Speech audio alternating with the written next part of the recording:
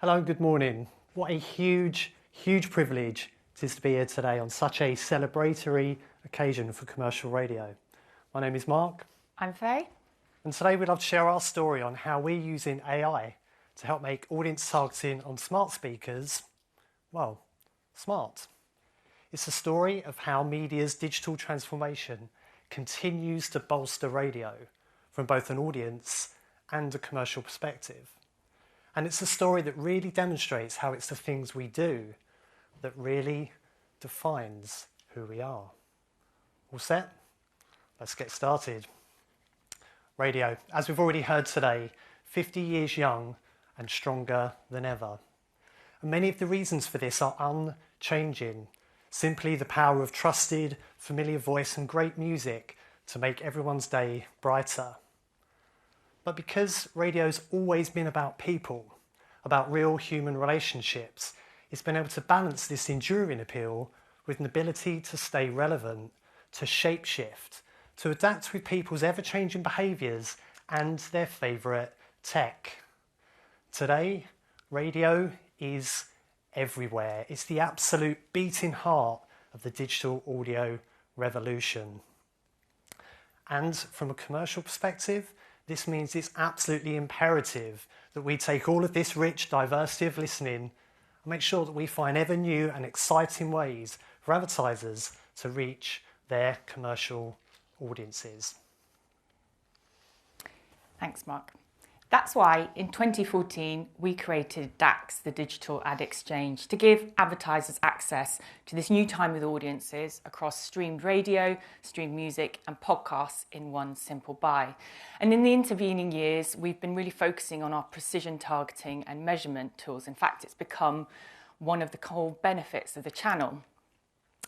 Coupled with the fact that, as Mark said earlier, digital audio is now estimated to be worth £186 million in ad revenue as a whole market, really making digital audio an unmissable opportunity for advertisers.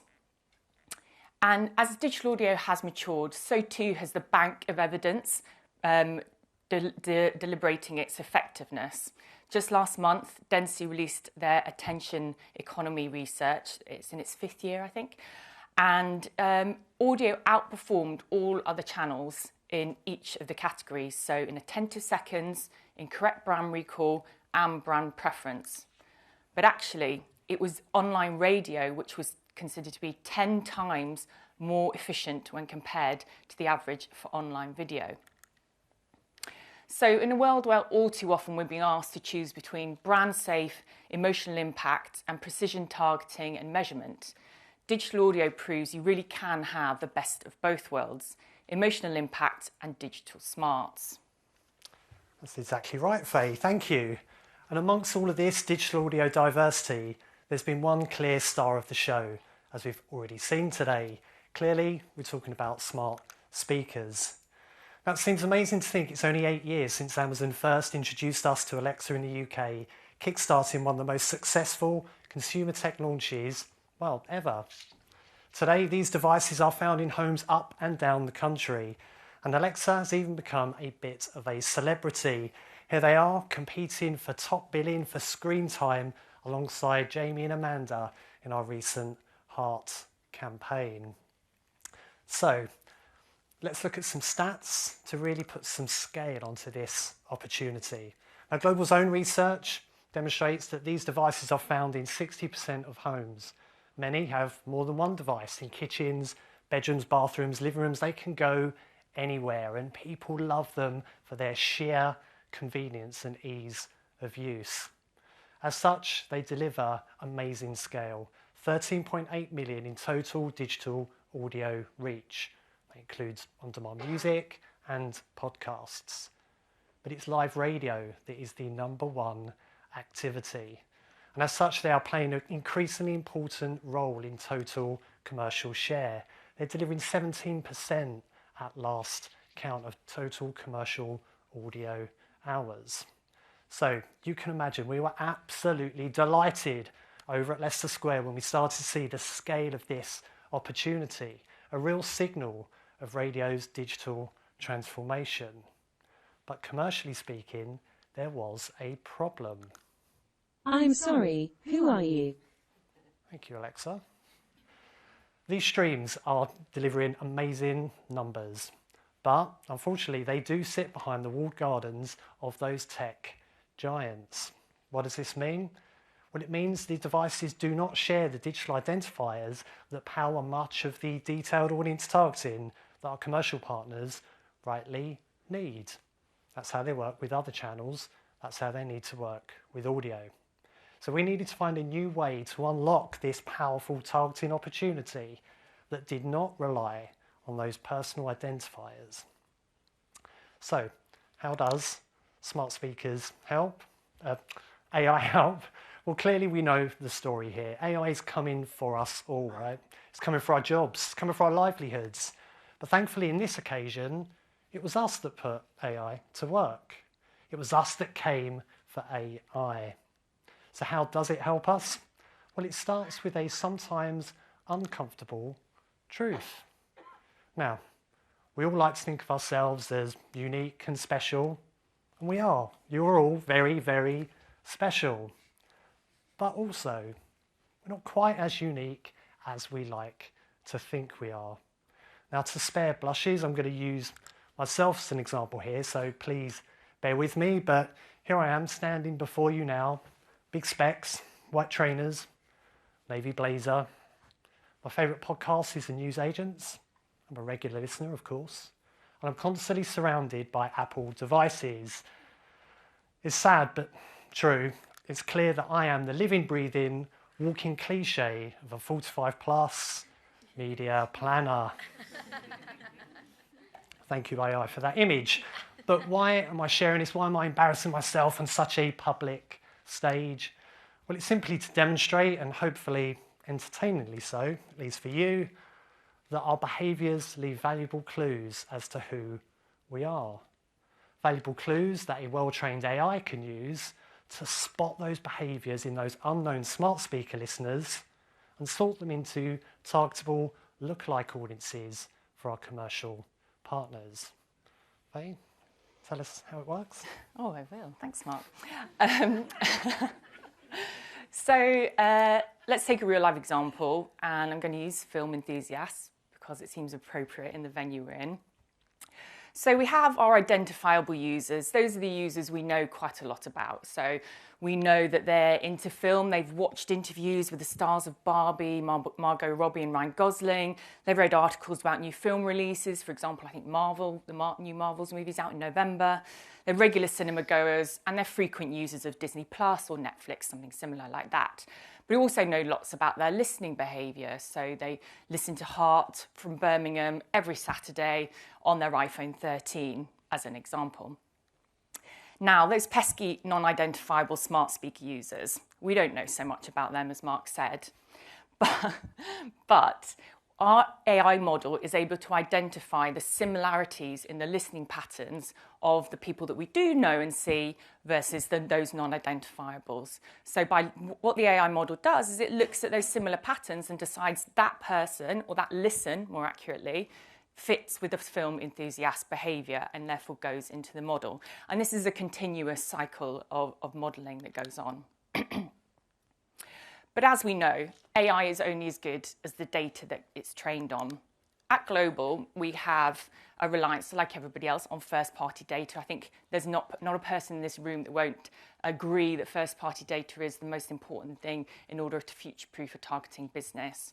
At Global Player, we've got 8 million registered users, and it's really important to us as a tool because it gives us overview of the kind of the environment and the ecosystem of someone's entire listening. We worked really, really hard on our registration policy because we wanted to ensure we were getting enough information that it became useful, but not so much that it was kind of turning people off and they didn't want to engage with the app because it's kind of self-defeating. On top of our first-party data, we also use data from contextual means, so things like websites, competition entries, podcasts, and within our roadmap, we're aiming to move to 100% first and second-party data, bolstering some categories where appropriate with partners. We're also in the future looking to include outdoor data from DAX Outdoor. And of course, it will be fantastic that we'll soon be able to include client data. So clients will be able to use their own data as seeds to build these AI models. So at this point, we were like, this is excellent. We've got a way to build our targeting capabilities across all connected devices. And the AI model was able to create audiences for our most demanded segments. So we were kind of at Leicester Square giving ourselves a pat on the back. And to be quite honest, this was a huge business challenge for us. We were kind of staring down the barrel of the gun, looking at these massive audiences on smart speakers, thinking, how can we commercialise this and put them into DAX to ensure that all advertisers are getting kind of the full reach that they deserve. But we knew in this day and age, we just couldn't afford to mark our own homework. So we knew that Channel 4 had asked Accenture to verify their audiences and their modelling. So we called up Accenture and we said, are you busy? Would you like to talk to us about some AI-built audiences? And they said, yeah, we'd love to. And they measured our DAX audiences against 33 criteria, amongst them consistent data monitoring, rigor, strong considered mitigation strategy. And we scored 33 out of 33. So we're really pleased to say we have Accenture verified DAX audiences which are built around AI modelling for all of our most demanded segments, which allows advertisers to target audiences across all connected devices. Thank you. So we're on the home stretch now. So in summary, I'd just like to leave you with 3 take-home points that really illustrate why we went to such great lengths to solve this smart speaker targeting problem. Well, we began our story by saying how radio is thriving in a digital world. So it's critical that we found a targeting solution that was, fit, that suited, that made sense for this amazing opportunity. Quite simply, DAX Audiences is now using AI to make the untargetable targetable. But it gets even better than that. We've mentioned, and we're all very aware of the deprecation of third-party cookies and the impact that can have on total targetable inventory. Well, this privacy-first approach, led by AIs, also future-proofs and supercharges total DAX reach across all platforms, as Faye has just said. So it's not just solved our smart speaker problem, but it's delivering increased targetable reach across the whole of DAX, across all content types. In fact, total targetable reach has increased by a factor of 10 since we've adopted this technology earlier on in the year. And most importantly of all, it's delivering better performance for clients. It's early days in terms of measurement. We'll have to do more and more of these, of course. We're already starting to see significant uplifts in client case studies where they're using DAX audiences versus their historical targeting benchmark performance. So there it is. That's our smart speaker story. We're out of time. That's our smart. We're seeing how digital audio is thriving. Radio is a killer driving part of that. And we've seen how through DAX audiences, the AI is making it even stronger. Thank you.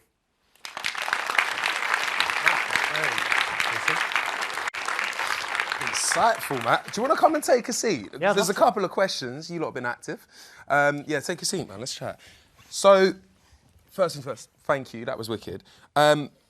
This from Claire. Are clients able to use their own data to create DAX audiences? Yes, yeah, well, they will be, yes. So that's part of our roadmap, is that clients will be able to use their data as seed data for which to build the AI models. So they'll be able to target their own customers, but also customers that look like the people they know across all connected devices on DAX. Smashing. Is it possible to measure a DAX audience campaign? Yeah, I mean, we've obviously just seen one example there. I mean, that was an example of a kind of an uplift study. We used we can use lots of different research methodologies to tease out different effects. So whether that was response, as we saw in that one, obviously we can use a brand tracking methodology. So short answer is yes. There are lots of different ways to do it depending on, obviously, the objectives you're trying to achieve. How large does the client's data pool need to be on DAX? That's a technical one. Hey, who asked that question? That's I think that's a bit of a how long's a piece of string question. So I mean, for a first party, if we're talking about first party data matching, then that's clearly something we can do. You would need a pretty significant database, because then what you're doing, the process is you're matching those known IDs against known IDs from global. So to find that sweet spot and give you enough correlation to drive a powerful target segment, then I'd say it would need to be relatively sizable. But talk to us, please, and we will find a way. We've got clever, expensive data scientists that do this kind of stuff. Oh, wow, right. What DAX audiences have you got coming next? Well, at the moment we have 20. We're building out another 10 as we speak. So, as we say, focus on our most demanded audiences, and we just built them in order of scale. Amazing. Quick question for me. Do you both have smart speakers? Yes. Would have been awkward if they didn't. Would have been so awkward. Guys, thank you so much. It's been wicked. Mark and Faye, everybody. Right. Thanks, Thank you. Tyler.